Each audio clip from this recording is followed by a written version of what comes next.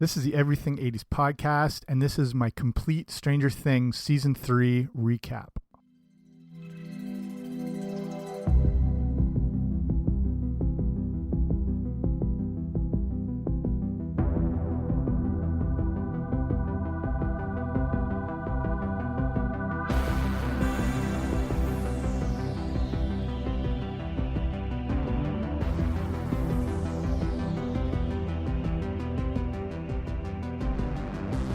Okay, welcome back to the podcast. I'm Jamie, and it's been just a little under a week since Stranger Things Season 3 came out on Netflix, and I know everyone watches them within like 9 hours, and I'd like to usually spread them out a lot longer, but there's a lot to cover, and I want to get the podcast done, and obviously there's crazy spoilers here, so if you haven't watched the show yet, or if you're like halfway through it, you can at least go back, listen to my preview show, and that covers, everything, predictions, theories, expectations, all that sort of thing. Then finish the show, then come back here and check everything out. So what I'll do in this sort of complete recap is break down each episode, and I've done that over at the blog too at everything80spodcast.com. I have blog articles for all 8 episodes plus like a full conclusion. So what I'll do is give sort of a summary of each episode, what we saw in it,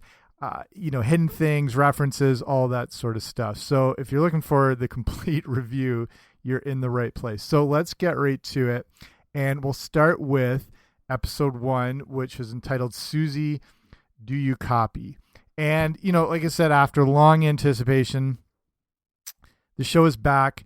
We're diving right in. We left off from season 2 where the kids are at their winter snowball dance. Everything seems fine. We, of course, know that it isn't. As the iconic Every Breath You Take by the Police plays, we see the mind flayer is still very much present. And the show finishes on the lyric, You Belong to Me, which is part of that song. Obviously, he's referring to Eleven, the kids, Hawkins, all that sort of thing. So with season 3, we start out in a lab. And it seems like it's the usual one we've seen based in Hawkins that was featured in seasons 1 and 2, but turns out we're in Russia and it's June 28th, 1984, and they are testing a giant laser, which looks exactly like the one from the Howard the Duck movie, if you've ever seen that movie. And it's able to cut into what we have to assume is the Upside Down. So this is interesting because now the idea of the Upside Down, if that's what we're really looking at, is a global thing, and it's not limited to just Hawkins, Indiana. So this scene looks extremely War Games-ish, if you know that movie. It's, it's got the dual key turning. The entire set actually looks exactly like right out of War Games. So awesome way to start it.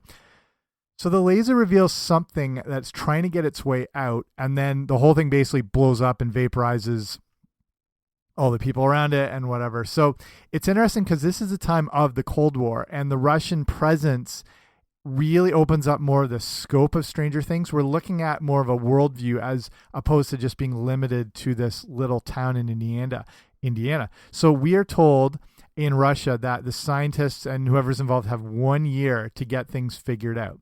So next thing we know, we're getting a shot of Mike and Eleven making out while they listen to Never Surrender by my fellow countryman Corey Hart. Also, we can see a Bryan Adams cassette on the table, further upping the Canadian content. So they're going at it hot and heavy, and Chief Jim Hopper is not impressed with this whole makeout session. So now we get the first glimpse of the Starcourt Mall, which has obviously been heavily promoted in the kind of early teaser trailers and the regular trailers. And in an amazing shot, they reveal this mall in all its 80s glory with vintage stores like you're seeing like the original Gap, Sam Goody, Orange Juliet, like all the vintage stores are in there. So the kids are on their way to a movie, and then we get sort of reintroduced to Lucas's little sister Erica, and they have this like sort of nice insult exchange that goes back and forth, which is sort of reminiscent of Flight of the Navigator. When David and his brother have that usual scuzz bucket butthead sort of back and forth. And we can see, the mall's like full 80s fashion. We're seeing lots of, velvet scrunchies and crimped hair and pastel colors and a lot of like Memphis design influence look. The kids then sneak in to see the movie Day of the Dead. On their way into it, we can see a movie poster for Back to the Future, which is awesome to finally see that fully referenced, and we'll get way more into that later.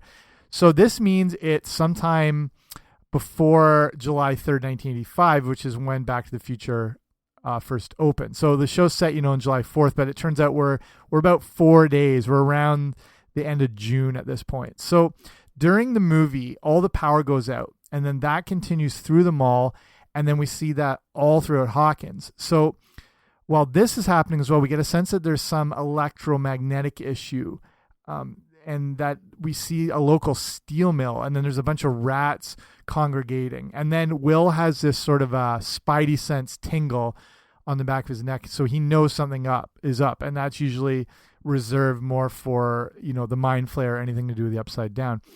So the magnetic issue will obviously be significant as we see pictures that have fallen from fridge magnets in the home of Joyce Byers, which is Will's mom. So I'm assuming you have seen both the first season, so a lot of this isn't news. And just in case, you're gonna have to go back and check all that out.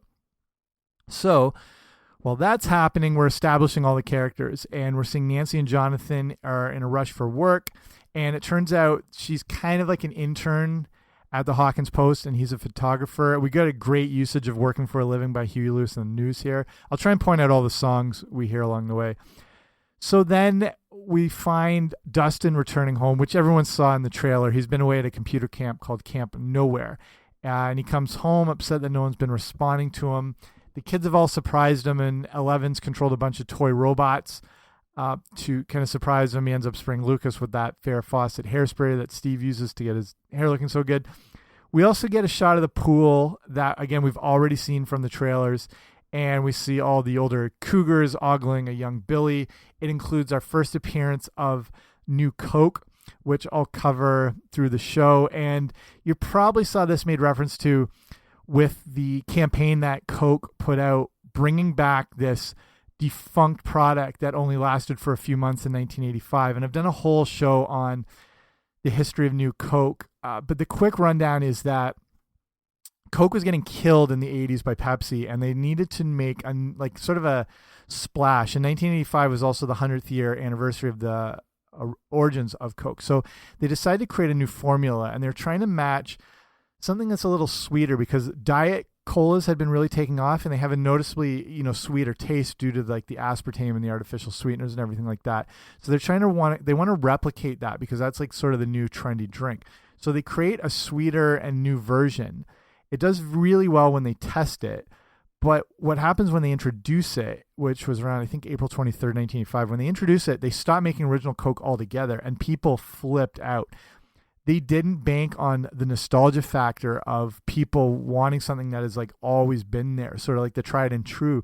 And it's not that everyone hated New Coke per se, they just hated what it represented. So with the amount of backlash that happened, they were forced to stop making New Coke within 78 days. On July 11th, they had to stop making it. They would bring back the original formula of Coke and rebrand it as Coca-Cola Classic, which it remained up until 2009, which you've probably always been familiar with. So it's one of the most famous marketing gaffes of all time, but some wonder if it was actually the intent of them all along to create this nostalgia back in it. So either way, the fact that this times up perfectly with this season being set in 1985 is just sort of like a brilliant piece of it's almost kismet, if you'd say. So what Coke did this year is they did a relaunch. They kind of recreated the original formula of New Coke. They released it in a special limited edition pack that you could get with a couple bottles of like a branded sort of Stranger Things looking logo and stuff like that. And you can go on the Coke website. I think it's Coke Store/1985, and it's kind of this like really retro setup website. And when they released it, like the site completely crashed. It was so overwhelmed with people trying to get it. Okay, so that's New Coke. So I'm a big fan of this story, and it is a relatively sort of integral part of the season, and it's going to pop up a lot, so I'll keep pointing out where we see it. So back to Hopper. He hates that Eleven and Mike are hooking up. He consults Joyce about it. And while that's going on, Dustin has invented a super ham radio, and him and the other kids are setting up the antenna on a hill so he can talk to his girlfriend Susie, who lives in Utah. He calls the ham radio Cerebro, which is a reference to the X-Men and Professor X, and he would use the Cerebro to sort of enhance his telepathic powers. And also the name, what is it? Weatherhood is what they call the hill, which is right out of the Lord of the Rings. So while that's happening, we're seeing more and more rats starting to congregate at the steel mill. And then we have Karen Wheeler, Nancy, and Mike's mom. She's planning a rendezvous with Billy. You know, it's getting a little scandalous. So while this is also happening, Nancy's really getting jerked around by the guys who work at the Hawkins Post, including Jake Busey, brother of Gary Busey. His character's name is Bruce, which seems to be taken right out of Jaws, which was the nickname for the model shark.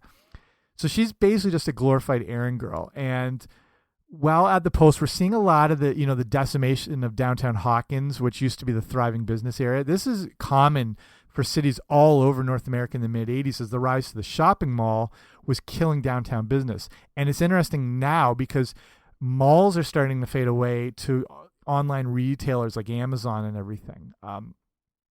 So Nancy sees the death of local business as an issue, and she thinks they should do a story about it. And she's completely mocked and laughed out of the room. Then she's at the office late at night and gets a phone call about some diseased rats. So that'll come up in a bit. We then see Steve Harrington, who's stuck in a dead-end job at the Scoops Ahoy ice cream. We're introduced to a new character, Robin, who's played by Maya Hawke, who's daughter of Ethan Hawke and Uma Thurman. Hopper now has threatened Mike within an inch of his life that if he's not more appropriate with Elle, you know, he's really going to take things in his own hand. We see Mike and Eleven hooking up to Can't Fight This Feeling by REO Speedwagon. Then Billy's on his way to that sort of Mrs. Robinson midnight rendezvous with Karen, and she's getting ready to I Just Died in Your Arms Tonight by Cutting Crew, which is perfectly appropriate. So then Dustin's ham radio has a much larger range, almost like Earth-like. It can go pole to pole, and they pick up some Russian code phrases being used. And that's obviously going to be important in a bit. So while Billy's on his way to the rendezvous, his car gets hit by something by that steel mill, and he discovers like a weird goo on his windshield. And then something grabs him by the leg, pulls him into the building, fade to black, cue the end credits. So that's the first episode. I thought it was an awesome episode. There's nothing I'm not going to like about this season. I think even there's not a worst episode per se, but like even if there was a worst episode of Stranger Things, it's still amazing that we have access to it. So this was a great start to the third season. There's a lot of business they have to get to in the show by establishing, you know, the connection with the Russians and the Upside Down. We have to get into our sense, you know, the kids are really growing up. We're going to have multiple storylines we have to follow. So there's a lot that's covered. Again, introduced to the Starcourt Mall, which can almost be considered another main character in this season. We're seeing a little more of a connection between Joyce and Hopper. And I think this episode, Susie, Do You Copy, really sets a great tone, and it really captures that 80s summertime vibe well, I believe. And it was interesting, like you look back at how the mall used to be the epicenter of a town, and it's, you know, a great throwback as it used to be a thing where you would just go to the mall to hang out, to be seen and to see people. Like now you couldn't pay me to go near a mall.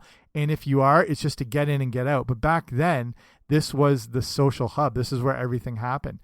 You know, we've jumped right into Billy and whatever his connections will be with the Upside Down. And yeah, there's a lot that's going to happen. So here's a few of the 80s references we saw over the course of this episode. We have Hopper watching Magnum P.I., and he'll kind of like evolve into Tom Selleck's character. We see Cheers on TV, which was kind of just getting going at that time. You know, we see a little R2-D2, the toys that are controlled by 11. I thought the scene where Jonathan and Nancy sleep in because all the power goes out and their alarm doesn't go off, and he's asking where his clothes are and then falling while putting on his pants, which seems very Marty McFly in Back to the Future when he's in Lorraine's room. We also hear the song Moving in Stereo by the Cars, which is kind of a bit more of a deep track. Also, Hot Blooded by Foreigner comes up. And then Dustin's girlfriend, Susie, is referred to as Phoebe Cates, only hotter, which is, of course, from Fast Times at Ridgemont High. And that references to that will keep coming up quite a bit. So that's the first episode review. Like I said, a lot to cover in that one. To me, if I was giving it a score, like a letter grade, I'd give it an A-. On to chapter 2, which is entitled Mallrats, which is perfectly appropriate because we have the mall, we're dealing with all the rats and the fact that kids always hanging around. One of the, I mean, they're all awesome, but this is like one of the best episodes of the whole 3 seasons, I thought. And it really puts the 80s front and center here. So things are progressing really fast with the development of the kids, especially Mike and Eleven. We finally get to see the mayor. At the same time, Billy is kind of evolving pretty quick into whatever it is he's about to become. And episode 2 picks up right where episode 1 leaves off. And it seems so far that the series is playing out in a actual like daily order timeline. Like we're not jumping ahead or anything like that. It seems to follow like a full like 24-hour cycle. So at the end of episode 1, Billy meets himself and this group of like zombies or whatever. So, you know, he goes through absolute hell after he's been dragged into the steel mill. And when he meets himself, like he has to run to a payphone. Kids, ask your parents if you don't know what a payphone is. And then we see flickering lights. And anytime lights flicker in Hawkins, it's usually a bad thing. And that's when he sees the bunch of people moving down the road towards himself. And then we roll into the intro. We then see Karen Wheeler looking like she's heading for the pool.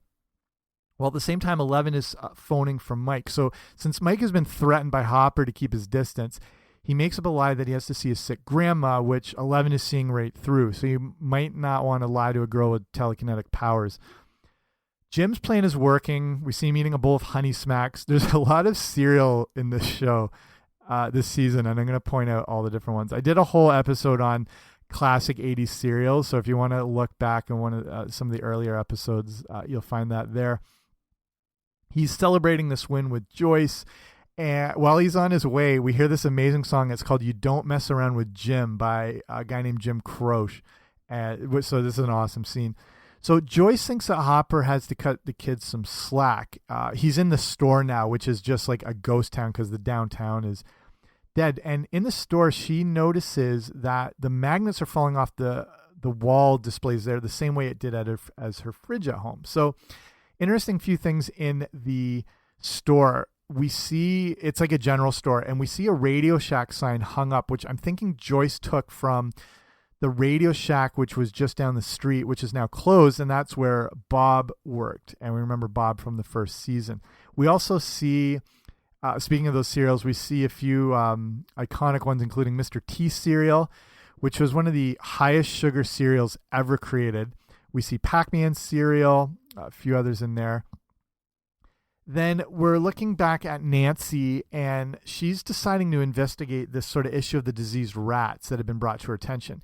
And she's going behind the back of her boss at the Hawkins Post to do this. So if you've ever seen the movie Fletch with Chevy Chase, that's the big influence here. It's a story about this reporter who kind of goes rogue. He uncovers this like secret kind of like cover-up conspiracy thing. So like that's mirrored in the arc of Nancy for this season. So while this is going on, Dustin is reunited with Steve, and he's wanting to share everything he's found via the ham radio in regards to all this Russian secrecy. So Robin, who's working with Steve, overhears all this, and she's on board. She wants to decode the Russian messages. 11 now is pissed at Mike for lying. She seeks out the advice of Max, who's gone through all a similar crap because she's dating Lucas. So Max decides to take 11 to the mall to show her what teenagers really should be doing. So we hear the Go-Go's get up and go while they ride the bus to the mall. And it's so funny looking back, like that this was a thing. Like I remember getting on the bus to ride to the mall downtown. And so they're living this whole thing out. We head back to the pool now where Billy is in pretty rough shape. So Karen Wheeler confronts him in a back room, and Billy imagines a scenario where he like just takes her right out with a Karate Kid side chop. So he's clearly infected and starting to fade somehow. We then see Jonathan and Nancy arrive at the home of a lady named Doris Driscoll. And she's the lady who contacted the Hawkins Post about the rats and all the disease. So the rats have eaten through all her bags of fertilizer, which is obviously not normal. She's managed to capture one of the rats that's in this small cage just going nuts. And it sounds an awful lot like a gremlin when it was trapped in its cage, but that was just what I thought. We now get our first introduction to Mayor Klein, who was the actor who was in The Princess Bride. And Michael Elwes? I think that's it. So he's not impressed with all the locals who are protesting the Starcourt Mall. They're saying it's killing the downtown business, which is what it really did. Mayor Klein's brought Hopper in to try and get rid of him. And since he's up for re-election, he's planning this big 4th of July celebration.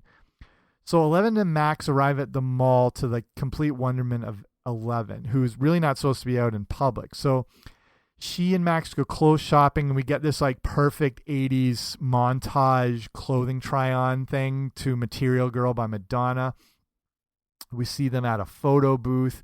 We get this real... I've covered this thing called the Memphis Design, which is a group called the Memphis Group that created the aesthetic and the look of the 80s. You know, when you picture the Saved by the Bell logo, you know, like the squiggly sort of graphics and obscure shapes and odd color patterns. You can probably picture what I mean. I did a whole episode. Go back and listen to that one.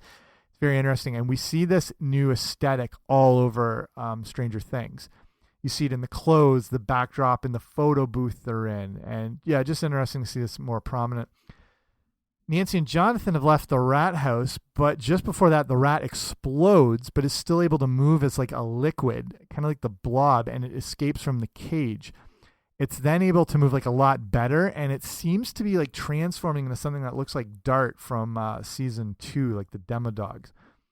Meanwhile, Billy's having a flashback to meeting his duplicate self that is telling him to build what we see. And what he sees is his fellow lifeguard, Heather, before he blacks out. So Hopper has plans for a sort of non-date date with Joyce.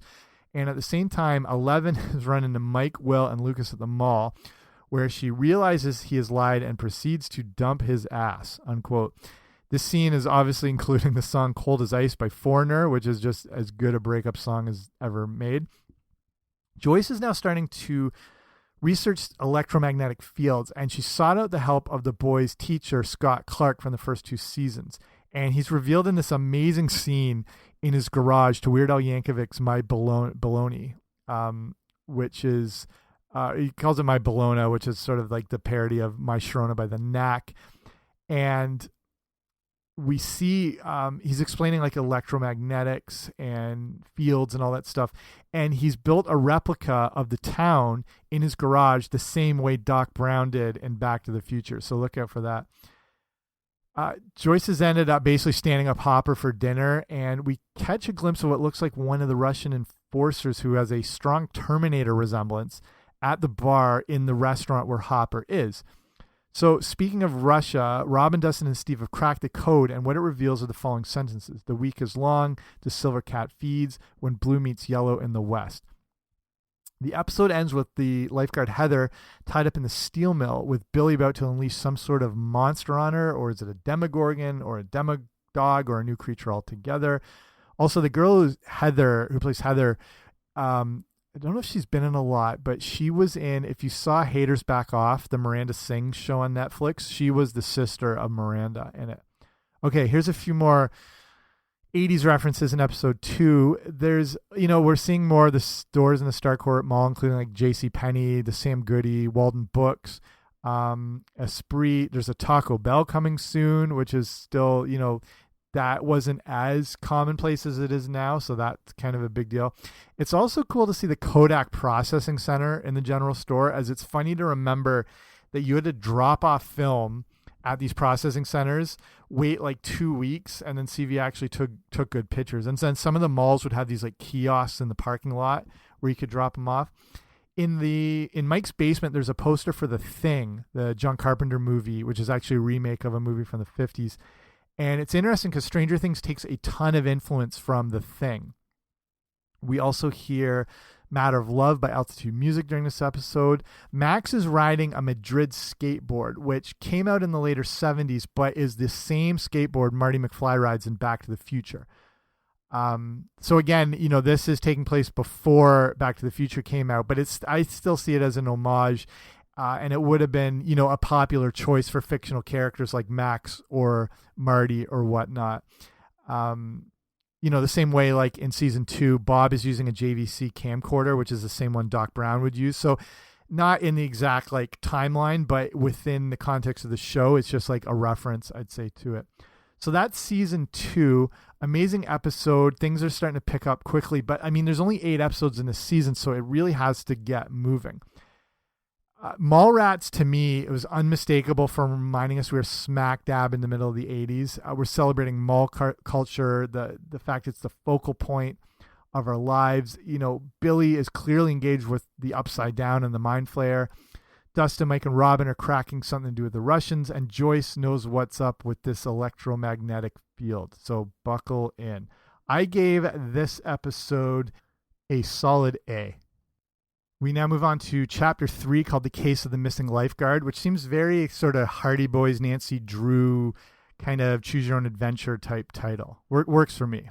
And actually, if you see the title for Stranger Things, that sort of type font face is partially lifted from Stephen King books, but also from the Choose Your Own Adventure books. So if you have a look at that, you'll recognize it. So let's look at a show that moves along at a very brisk pace. It's got some horror elements to it, establishes some alliances, creates some further bonds. The episode starts with a longer than usual intro, and we greet Max and 11 chilling in their room listening to Angel My Madonna. They're checking out Teen Heartthrob magazine featuring the Karate Kid's Ralph Macchio. So now they decide, using Al's powers, they decide to spy on the boys to see what crap they're up to and what they can hear them talking about. Just usual, whatever. But they love the idea of spying on people, and they come up with all these people they know, and they play a spin the bottle game to see who they should spy on next. It lands on Billy, which you have to think is not a coincidence as we see how this season plays out.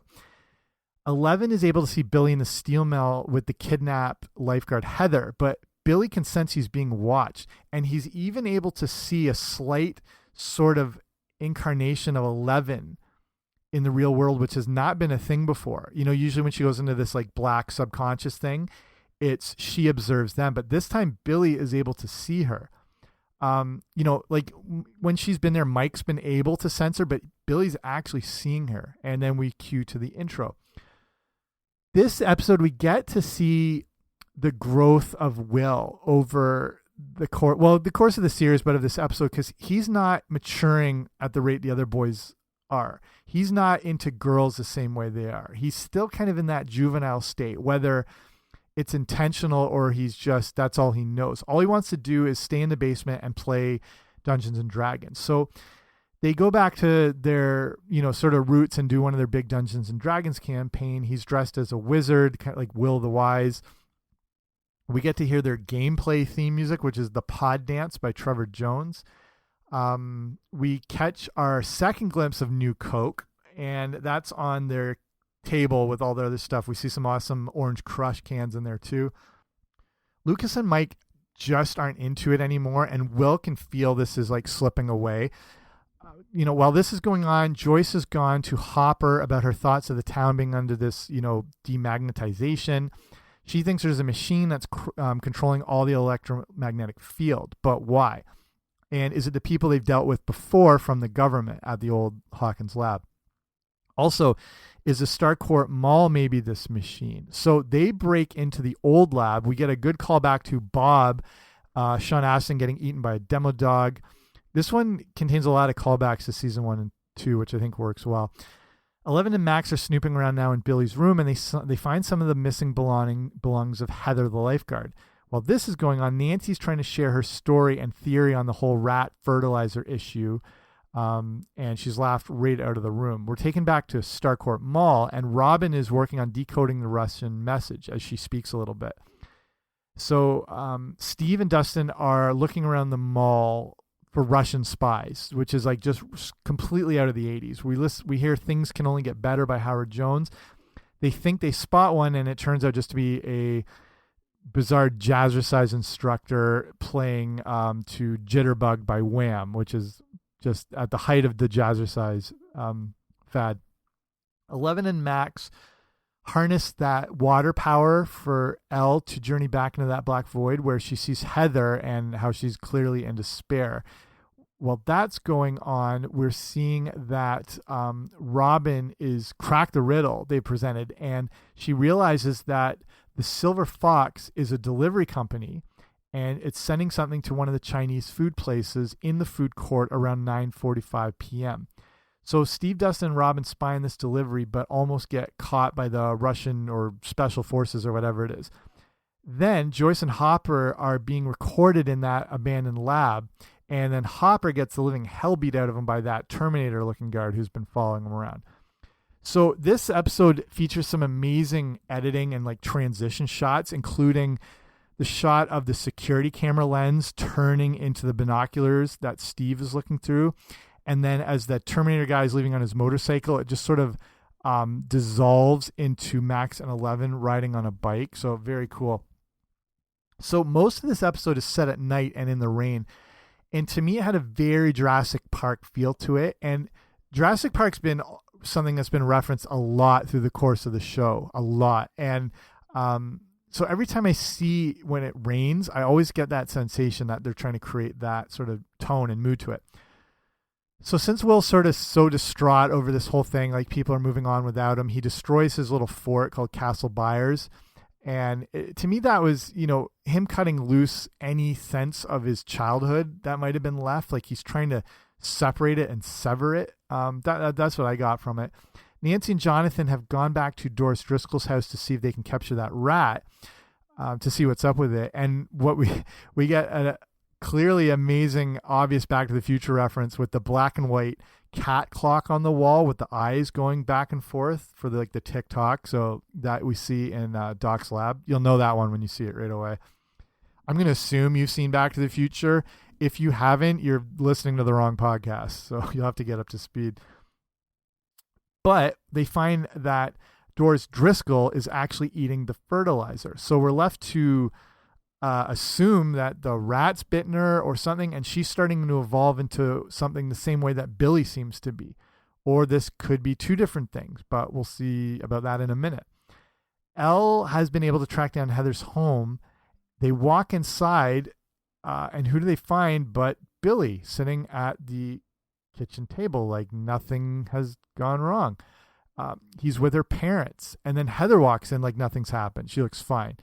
This is actually the first time Billy is meeting 11, and you can sense he knows what's up. They can sort of play off each other that they know but they don't know.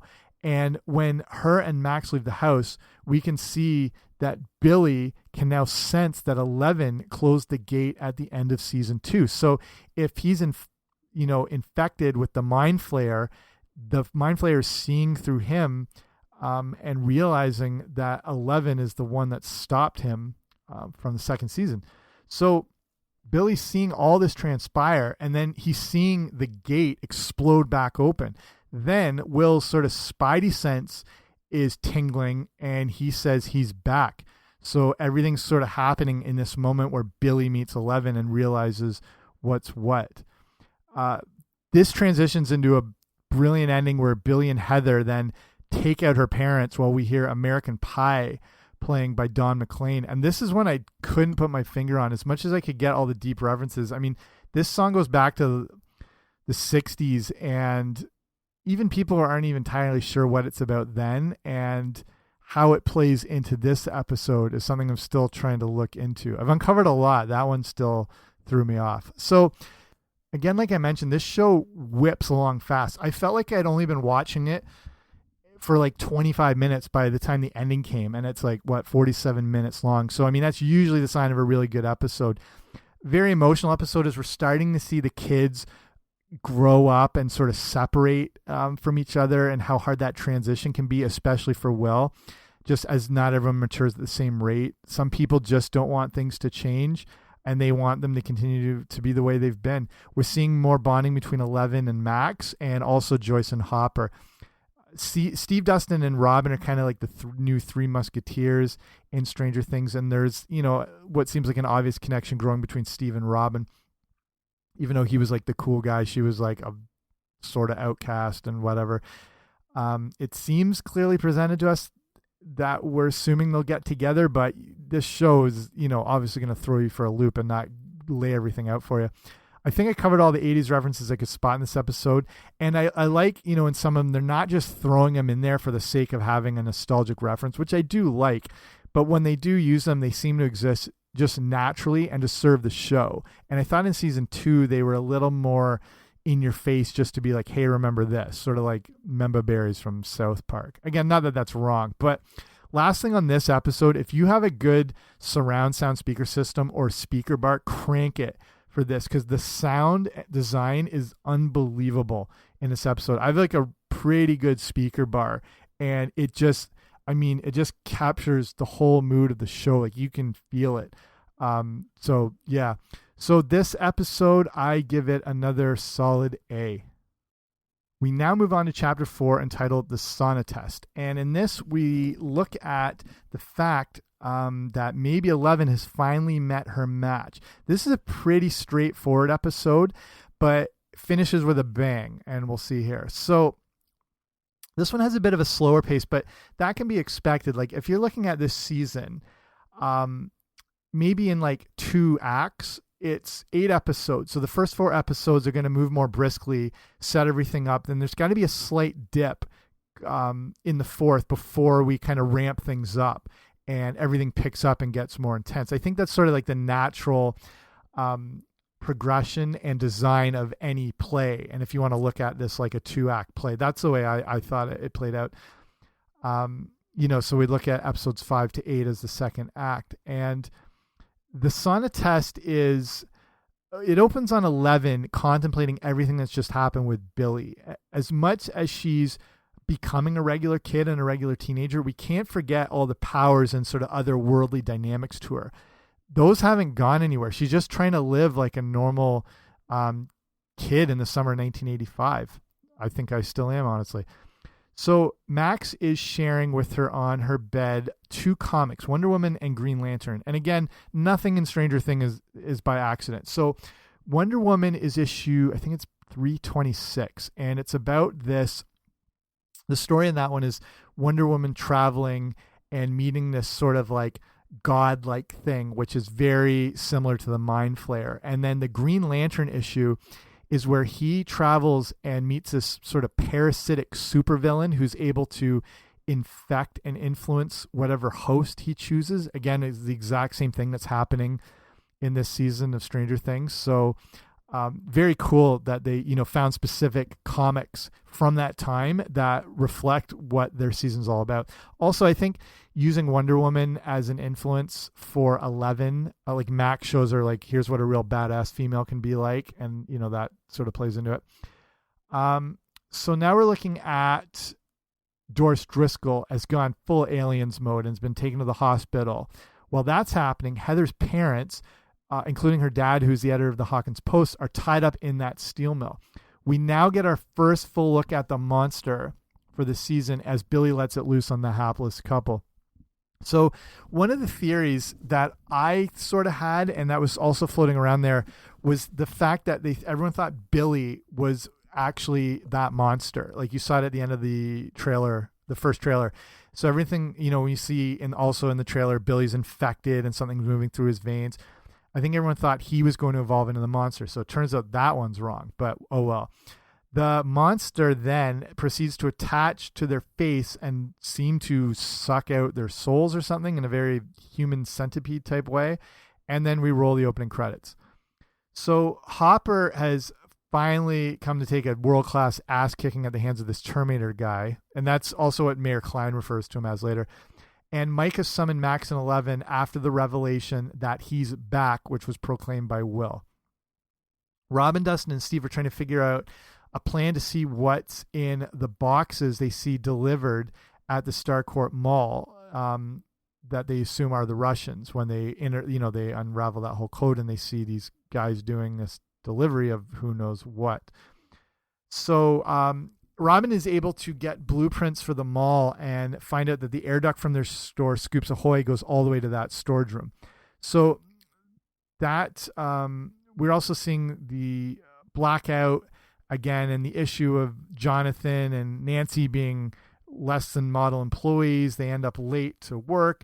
They go into the office, and her boss, who is Tom Holloway, which is Heather's dad, is not dead, even though that monster just attacked in the steel mill, but he's looking in pretty rough shape and then proceeds to fire Nancy and Jonathan. Will explains that he thinks that the part of the mind flare that entered him in season 2 possibly stayed in their world. You remember they were able to like force it out of him, but they don't think it returned to the Upside Down before 11 closed the gate. So that's why he notes that every time there's a blackout, something is going on, and the mind flayer is still very much alive, like we saw at the end of season 2 when it was sort of hovering over the Hawkins Middle School. At this point, Hopper, who's now looking extremely Magnum PI Tom Selleck-ish, goes to pay Mayor Klein a visit, and he wants to know who the guys who beat the crap out of him, while at the same time beating Mayor Klein within an inch of his life. He finds out that the guy's involved with Starcourt Mall, and it turns out the Starcourt Mall group wants to expand into East Hawkins, and for some reason have been purchasing various pieces of land around the area. Klein informs him that you don't want to mess with these people. So we know the mall and this possible Russian inclusion are trying to harness something with the Upside Down. The kids remember how heat was needed to push the mind flayer out of Will, and they think the same approach will work with Billy and that they can trap him in a sauna at their pool. So then, while this is going on, Steve, Robin, and Dustin have convinced Lucas's younger sister, Erica, to crawl through the vents for her. So Erica is a standout character in this season. The total sass, the whole attitude, so it plays well, and she kind of like keeps people on their toes and sort of brings them back down to earth. So the kids set up a plan at the pool to trap Billy in a sauna. It ends up in a pretty hardcore battle between 11 and Billy, and he's actually able to get the upper hand for a bit, even though at the end she's able to throw him clean through a brick wall. And this is an obscure one here, but when Billy's sitting on the lifeguard chair, he's wearing a Niagara Falls hat, and for some reason, again, like, I don't think anything's done randomly in this show, and I was wondering what the significance of it was. My only thought is how Niagara Falls is used in harnessing the power of all the water there to create energy. So is that what's happening with the people who run the Starcourt Mall? Are they the Russians, or are they or the Russians harnessing the power of the Upside Down to create energy or weaponry? Who knows? So Nancy goes to see Doris Driscoll in the hospital, and during Billy's battle with 11, where his infection is growing, the same thing is happening to Mrs. Driscoll, and she's going into full monster form herself. Before we finish, Steve, Erica, Dustin, and Robin have found their way into the storage room, and they open up one of the boxes that are containing these canisters with green ooze. It's impossible to see a canister like this and not think of either the Back to the Future plutonium when Doc takes it out of the case, the Jurassic Park DNA, where they pull those things out of the dry ice, or obviously Teenage Mutant Ninja Turtles 2, The Secret of the Ooze. Turns out they're in some form of elevator, and while trying to get out, it begins to plummet deep into the earth. Then we finish with Billy and Heather realizing that 11 knows what's up, and that she could have killed him. But not us, Heather replies, as we see they're in the steel mill with the place filled with all those zombie-like people that Billy encountered when he first crashed by the steel mill. So I'm thinking, that the monster / mind flayer that was sucking the souls of these people is using them to create alternate versions of them, which is why we have seen 2 different Billys. So we can assume there's 2 different Heathers. There's 2 of her parents. So we'll see how that plays out. Again, this is one of the theories that was put forth, that the mind flayer is trying to create a parallel dimension and maybe fill it with its own creations. The show finishes with the song "We'll Meet Again" by Vera Lynn, which a little too on the nose for me, using such an obvious song connection. But again, it plays well in that sort of horror movie trope of using like a classic, charming song, but it's like, juxtaposed with something horrific. To me, that's like very Midnight, the Stars and You from The Shining, which was performed by Ray Noble and his orchestra. They take this, what sounds like a light, airy, harmless song, but when you put it in like in the setting or the case of The Shining, it becomes terrifying. So I think it works. So an intense show, but obviously they all are. Didn't have a ton in the way of 80s references, except like some of like the comic book things I mentioned, but it was there primarily to serve the story, and to see what's actually going on with the Mind Flayer and with Billy. So they've already, they've already set up things well enough for the style and the vibe of the 80s, so they don't necessarily have to drill it home every episode. And, they have much bigger things to deal with. So it's slower pace, but not dull, and definitely finishes off with a bang. So I give this episode a B. So you can see, if you're checking the time on this, that we're wrapping it up here, and this is going to become a 2-part episode. So hopefully you like this one. If you haven't already, make sure you subscribe so you get the other show automatically sent to you wherever you listen to your podcast. It should be officially everywhere there. Okay, hope you like this and excited for the conclusion. See you soon.